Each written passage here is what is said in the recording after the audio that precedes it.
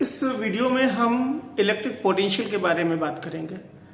Electric potential energy से relate करता है। हमें पता है कि रिस्टोरिंग फोर्स के अगेंस्ट जो भी वर्क डन होता है वो पोटेंशियल एनर्जी के फॉर्म में स्टोर होता है। इनफाइनाइट में पोटेंशियल एनर्जी जीरो होती है, तो जब कोई भी पार्टिकल चार्ज पार्टिकल इन्फिनिटी पे है तो वहाँ पे कोई फील्ड नहीं है, फील्ड नहीं तो वहाँ पे फोर्स नहीं तो वहाँ पोटेंशियल एनर्जी जीरो है। जब वो इनफाइनाइट से लाया जाएगा तो इनफाइनाइट से लाने में जो भी वर्क करेंगे वो स्टोर होता जाएगा in form of potential energy, और यूनिट चार्ज के लिए जो पोटेंशियल एनर्जी होगी इसी को इलेक्ट्रिक पोटेंशियल बोलते हैं, यानी work done when unit charge. इसको बोलते हैं basically unit positive test charge is brought from infinity to any point in electric field is called electric potential of that point. उस पॉइंट का क्या बोलते हैं? इलेक्ट्रिक पोटेंशियल बोलते हैं। V equal to W upon Q nought. W क्या है? Work done. Q not क्या है? चार्ज। ऐसा unit volt, and 1 volt equal to 1 joule per coulomb. यानी अगर किसी भी चार्ज को इनफाइनाइट से लाने में W वर्क हो रहा है तो W upon Q not potential होगा, और 1 वोल्ट की डेफिनेशन क्या होगी? 1 वोल्ट उस पॉइंट का पोटेंशियल है जहां पे चार्ज को 1 कूलम को लाने पे 1 जूल वर्क होता है। इलेक्ट्रिक पोटेंशियल पॉजिटिव और नेगेटिव होता है, स्केलर क्वांटिटी है। अगर सोर्स चार्ज पॉजिटिव होगी तो ये पॉजिटिव होगा, सोर्स चार्ज अगर नेगेटिव होगी तो नेगेटिव होगा। एक बात ध्यान रखिएगा, फील्ड के अगेंस्ट इंक्रीज होता है, फील्ड के अलोंग डिक्रीज होता है। फॉर एग्जाम्पल ये अगर फील्ड है, ये पॉइंट ए है, ये पॉइंट बी है, तो VB is more than VA, और यहीं पे पोटेंशियल डिफरेंस बन जाता है। कब? जब from 1 point two other point is called potential, electric potential difference between those points. यानी इनफाइनाइट से लाएंगे तो पोटेंशियल, और 1 पॉइंट टू अनदर पॉइंट पे जाएंगे तो पोटेंशियल डिफरेंस। अगले टॉपिक में आते हैं, electric potential due two point charge. Point charge के लिए इलेक्ट्रिक पोटेंशियल निकालने जा रहे हैं। पॉइंट चार्ज मतलब एक सोर्स चार्ज है और इसके पास किसी पॉइंट को लाने पे जो भी वर्क डन होगा उसको कैलकुलेट कर लेते हैं। उसको कैलकुलेट करने के बाद जो वर्क डन होगा वो रिजल्ट होगा। तो ये सोर्स चार्ज है, इसकी जगह यहां ले लेते हैं Q। इस पॉइंट A पर पोटेंशियल फाइंड करना है जिसकी डिस्टेंस R है। इनफाइनाइट में हमने Q नॉट को लिया और चल दिए, W कैलकुलेट करना है। अब फोर्स वेरिएबल है, क्योंकि फोर्स जो है वो डिस्टेंस डिपेंडेंट है, और जब वेरिएबल फोर्स होता है तो हमारे पास तरीका क्या होता है? dW equal to F vector dot dx, फिर W equal to integration of F dx from जिस पॉइंट से जिस पॉइंट तक, यानी इनफाइनाइट से R। तो यहां से हमें फिजिक्स खत्म हो गई, अब मैथ्स का काम स्टार्ट हो गया।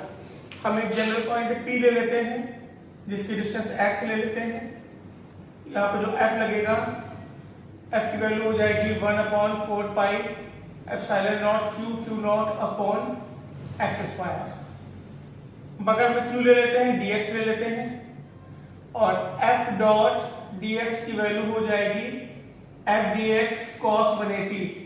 cos 180 -1 होता है, माइनस F dx हो जाएगा, यानी minus F dx from infinity से R।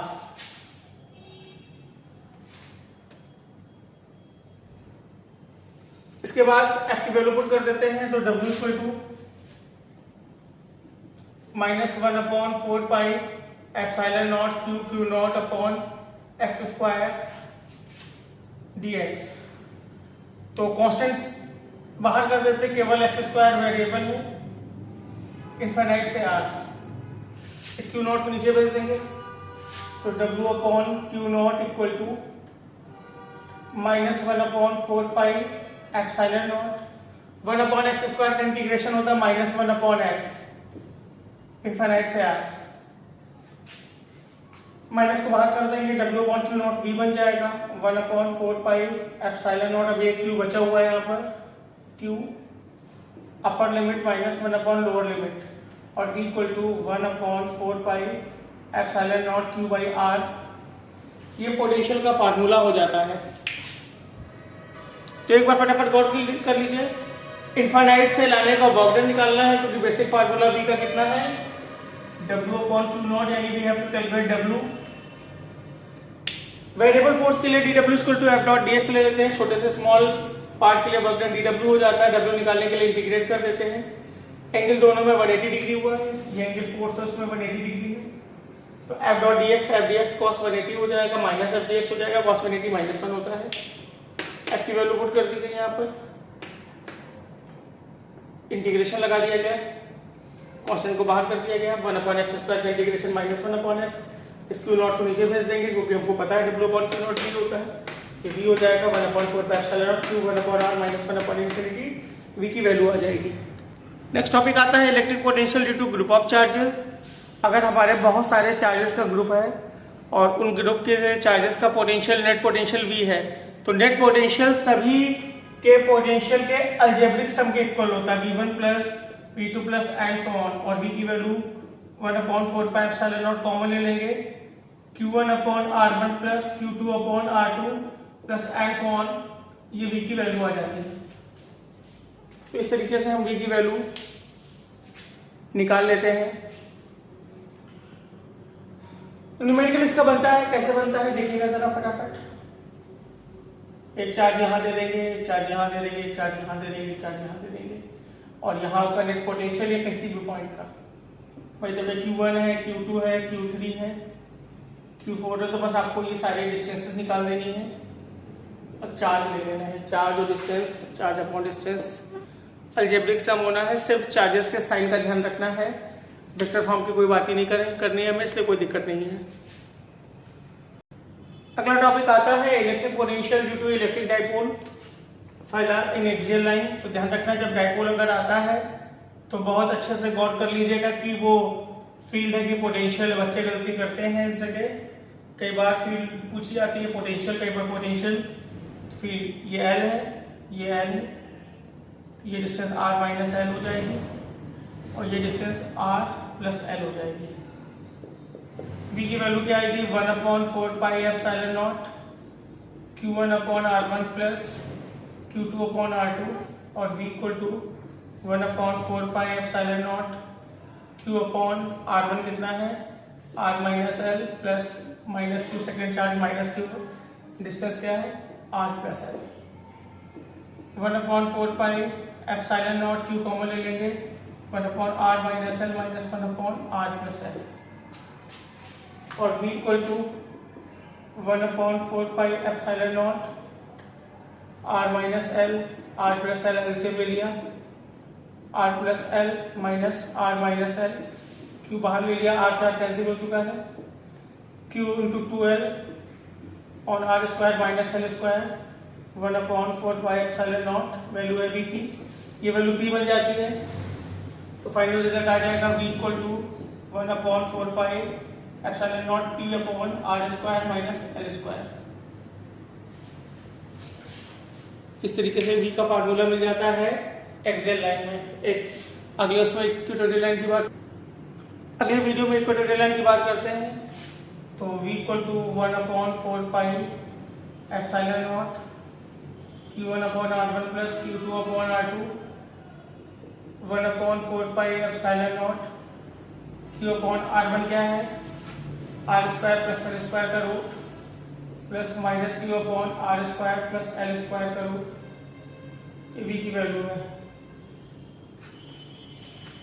इस तरीके से V equal to 1/4 pi epsilon not Q by R square plus L square plus minus Q, ये वैल्यू कैंसिल हो जाएगी एंड V की वैल्यू 0 हो जाएगा, यानी इक्वेटोरियल पोजीशन पर पोटेंशियल 0 होता है, ध्यान रखिएगा 0 होता है।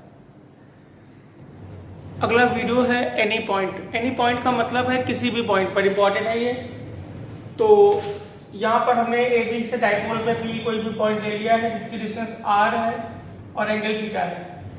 हमने इसको थोड़ा सा आगे एक्सटेंड किया हुआ है और यहाँ पे परपेंडिकुलर डाला हुआ है। जब यहाँ पे परपेंडिकुलर डाल देंगे तो इसका परपेंडिकुलर ए डैश पे आएगा, इसका बी डैश पे आएगा। तो R1 की वैल्यू जो है वो OA है, जिसको हम OA डैश कर सकते हैं। और ये अगर L है, ये L है, ये हो जाएगा L cos थीटा और ये हो जाएगा L sin थीटा। तो मैंने sin थीटा से मतलब नहीं है, सिंपली ये भी क्या हो जाएगा, L cos थीटा हो जाएगा। तो OA डैश को हम बोलेंगे R minus L cos theta और R2 क्या होगा, OB। OB को हम बोल देंगे OB डैश। OB डैश क्या होगा, R plus L cos theta. तो हमें R1 R2 मिल चुके हैं। आगे का तरीका हमारे पास वही है, V equal to 1/4 pi epsilon nought net potential Q1 upon R1 plus Q2 upon R2। Different charges के लिए फार्मूला सीधे अप्लाई कर रहे हैं।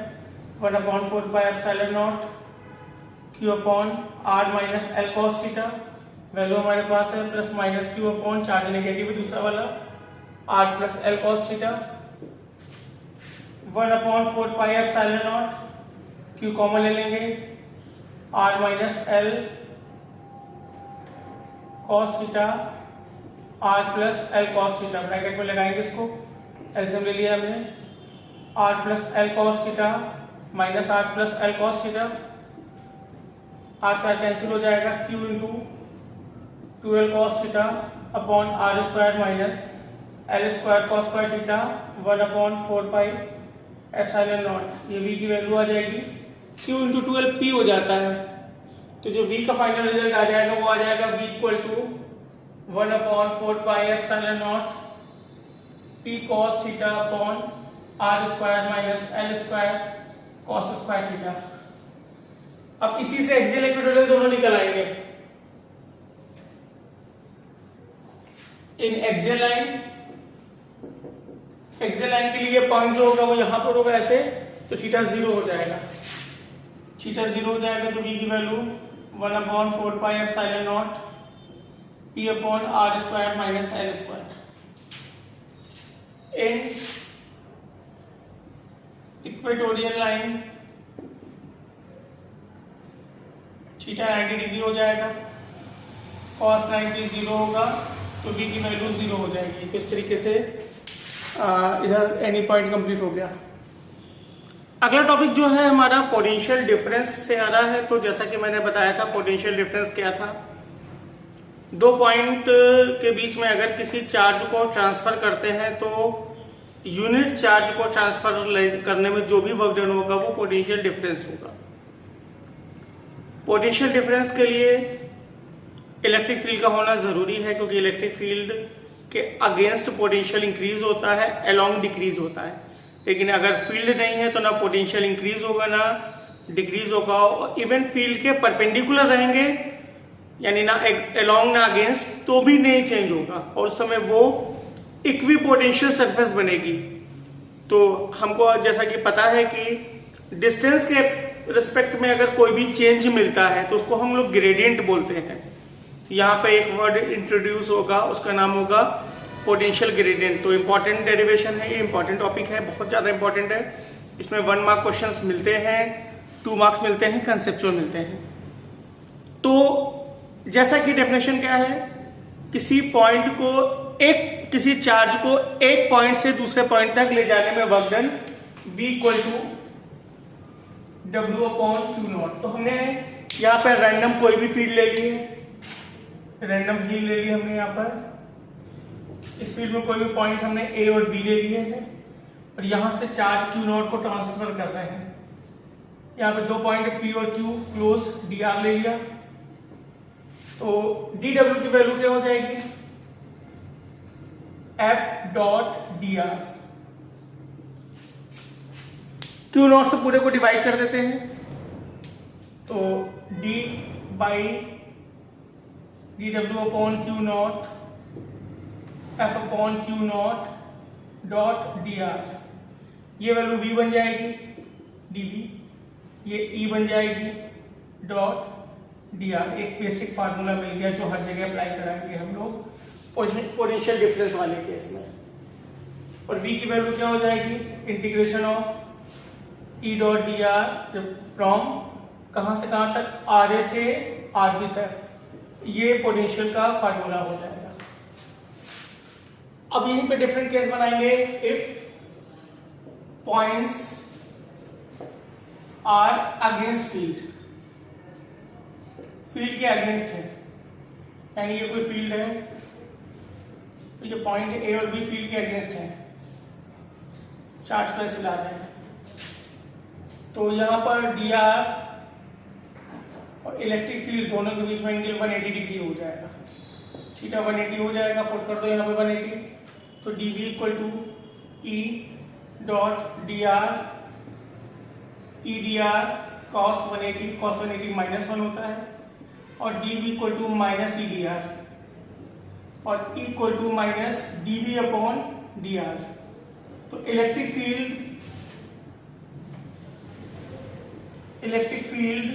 is equal to the negative potential gradient, potential gradient के नेगेटिव के इक्वल होती है। तो यहां पे चीज ध्यान रखिएगा, ई की वैल्यू यहां लिख लेते हैं, ई की value minus d V upon d r है।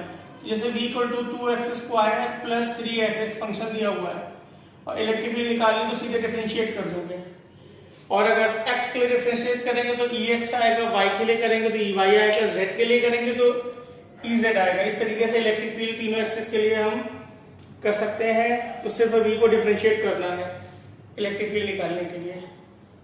तो ध्यान रखिएगा, इस जगह कुछ और फार्मूला क्वेश्चंस बनते हैं, तो जल्दी से हम उन क्वेश्चंस को डिस्कस कर लेते हैं। आपके सामने कुछ ऐसा दे दिया गया, ये इलेक्ट्रिक फील्ड है, यहाँ एक पॉइंट ए है, एक पॉइंट बी है, एक पॉइंट सी है। बोला गया है कि किसका पोटेंशियल ज्यादा होगा, ए का पोटेंशियल ज्यादा होगा, फील्ड के अगेंस्ट है। अगर इलेक्ट्रिक फील्ड की वैल्यू दे दी गई कि ई की वैल्यू 2 न्यूटन पर कूलम है और बी का वोल्टेज 10 वोल्ट है, तो ए का वोल्टेज फाइंड करो, डिस्टेंस दे दिया 10 सेंटीमीटर। हमको ए का पोटेंशियल निकालना है, तो equal to minus d V upon d x.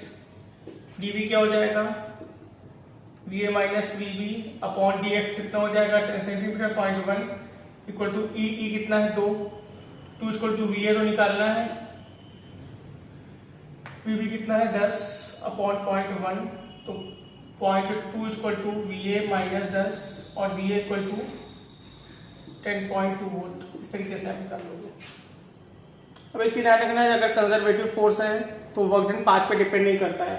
तो आपको सामने बोल दिया जाए कि एक बार ऐसे जा रहे हैं वर्क और एक बार सीधे जा रहे हैं, दोनों में वर्क निकालना, तो दोनों केसेस में वर्क सेम आएगा और परपेंडिकुलर में वर्क डन 0 हो जाता है। यही पे अगला टॉपिक आता है इक्विपोटेंशियल सरफेस। इक्विपोटेंशियल सरफेस के लिए हम लोग क्या करेंगे, अगर dv इक्वल टू जो पीछे फार्मूला बनाया था e डॉट dr, इसमें अगर थीटा की वैल्यू 90 डिग्री कर देंगे तो cos 90 0 हो जाएगा, dv इक्वल टू 0 हो जाएगा और v इक्वल टू कांस्टेंट हो जाएगा। कांस्टेंट यानी पोटेंशियल इज सेम। इसका मतलब अगर फील्ड के परपेंडिकुलर एक प्लेन ले लिया जाए, फील्ड के परपेंडिकुलर अगर एक प्लेन ले लिया जाए तो उसके अंदर के सारे पॉइंट सेम पोटेंशियल पर होंगे। पोटेंशियल क्या होगा, सेम होगा, तो उसको बोलते हैं इक्विपोटेंशियल सरफेस। नाम याद रखिएगा, इक्विपोटेंशियल सरफेस। यानी तो इक्विपोटेंशियल सरफेस की बात करते हैं। इक्विपोटेंशियल सरफेस क्या है, a plane perpendicular to the electric field where all points are on same potential. एक इलेक्ट्रिक फील्ड के परपेंडिकुलर ऐसा इमेजिनरी सरफेस जिसके अंदर के सारे पॉइंट जो है वो सेम पोटेंशियल पर है। खास बात क्या है इसकी, electric field is always perpendicular to equipotential surface number 1। और अगर किसी भी चार्ज को इक्विपोटेंशियल सरफेस में अगर मूव कराएंगे तो वर्क डन 0 होगा।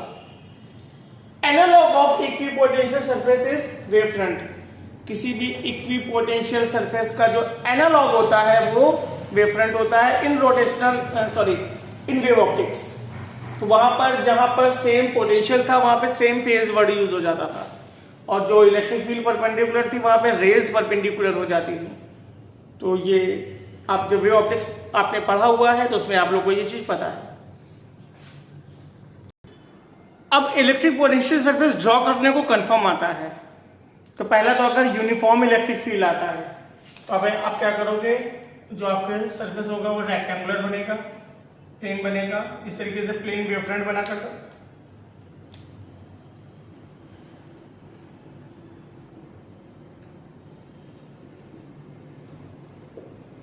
ये पहला सरफेस है, दूसरा सरफेस है। इसका पोटेंशियल पूरे का V1 ले लेते हैं, तब V2 ले लेते हैं। तो V1 is more than V2 why because of V1 is against field के अगेंस्ट है, पॉजिटिव ज्यादा पोटेंशियल वाला होगा।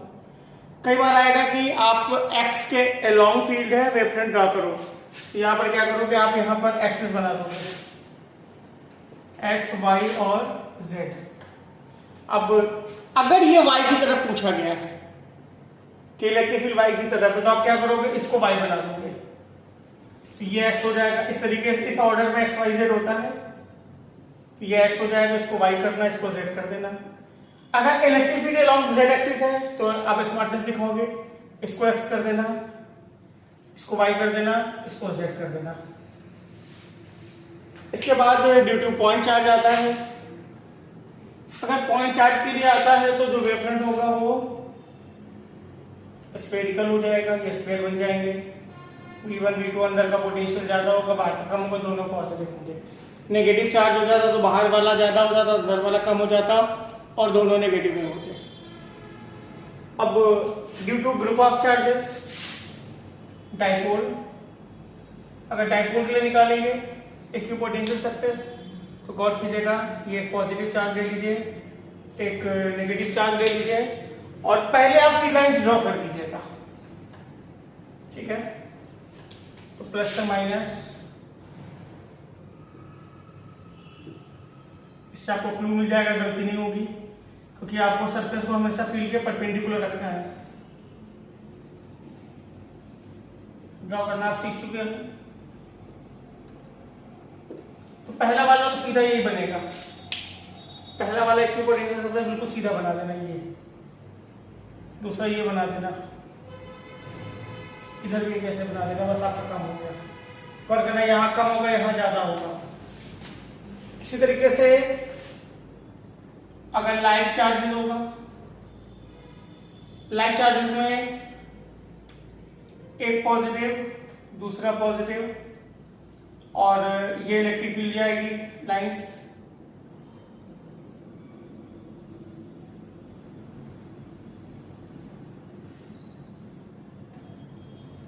अब यहां पे अगर सीधे ऐसे बना होगा तो देखिए पैरेलल होगा, तो ऐसा नहीं हो सकता है, परपेंडिकुलर होगा। परपेंडिकुलर होने का मतलब ये शेप बनेगा हमारे पास।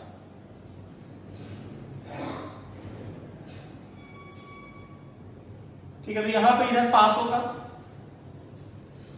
इधर बड़ा होगा, ये पास होगा, बड़ा होगा, ये हमने फिर शेप बना दी है। इस तरीके से हम लोग इक्विपोटेंशियल सरफेस को ड्रॉ करते हैं। हमारा यहाँ पर पोटेंशियल वाला पार्ट कंप्लीट हो जाता है। अगला टॉपिक आता है पोटेंशियल एनर्जी। पोटेंशियल एनर्जी क्या होगा, टू और more charges are brought from infinity to close to each other. अगर दो या दो से ज्यादा चार्जेस को इन्फिनिटी से हम एक दूसरे के करीब लाते हैं तो जो भी वर्क डन होगा उसी को हम लोग इलेक्ट्रिक पोटेंशियल एनर्जी बोलते हैं।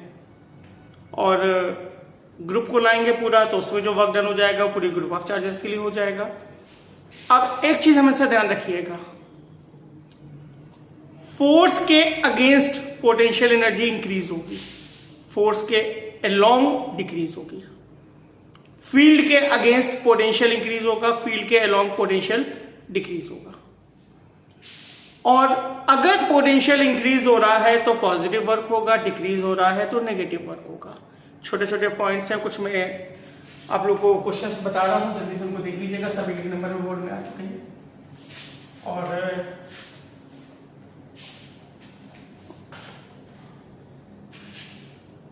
अब मैं वीडियो को मुझे खत्म करना पड़ेगा क्योंकि मेमोरी खत्म हो रही फोन की, तो बस ये प्लस क्यू चार्ज अगर है और ये पॉइंट ए है, ये पॉइंट बी है, और यहां से अगर हमने एक इलेक्ट्रॉन को ट्रांसफर किया, वर्क डन पॉजिटिव होगा कि नेगेटिव होगा? तो देखिए ये फोर्स के अलोंग आया है, इलेक्ट्रिक फील्ड माइनस वाला को प्लस खींचता है, इसका मतलब ये पास में आया है तो अट्रैक्ट होके आया है, नेगेटिव वर्क होगा। इस जगह का प्रोटॉन आ रहे होते हैं, प्लस ही चार्ज होता, तो ये फोर्स के अगेंस्ट आया है, पॉजिटिव वर्क होगा। तो बस इतना सा देख लीजिएगा कि रिपल्शन के अगेंस्ट अगर आएगा, फोर्स के अगेंस्ट आएगा तो वर्क पॉजिटिव होगा, पोटेंशियल एनर्जी सिस्टम की इंक्रीज होगी, अदरवाइज डिक्रीज होगी। तो मैं नेक्स्ट वीडियो फटाफट अभी लेके आ रहा हूँ जिसमें हम बात करेंगे पोटेंशियल एनर्जी की। इसको पोस्ट करें, उसके बाद वापस डाटा रिलीज करते हैं, मेमोरी रिलीज करते हैं।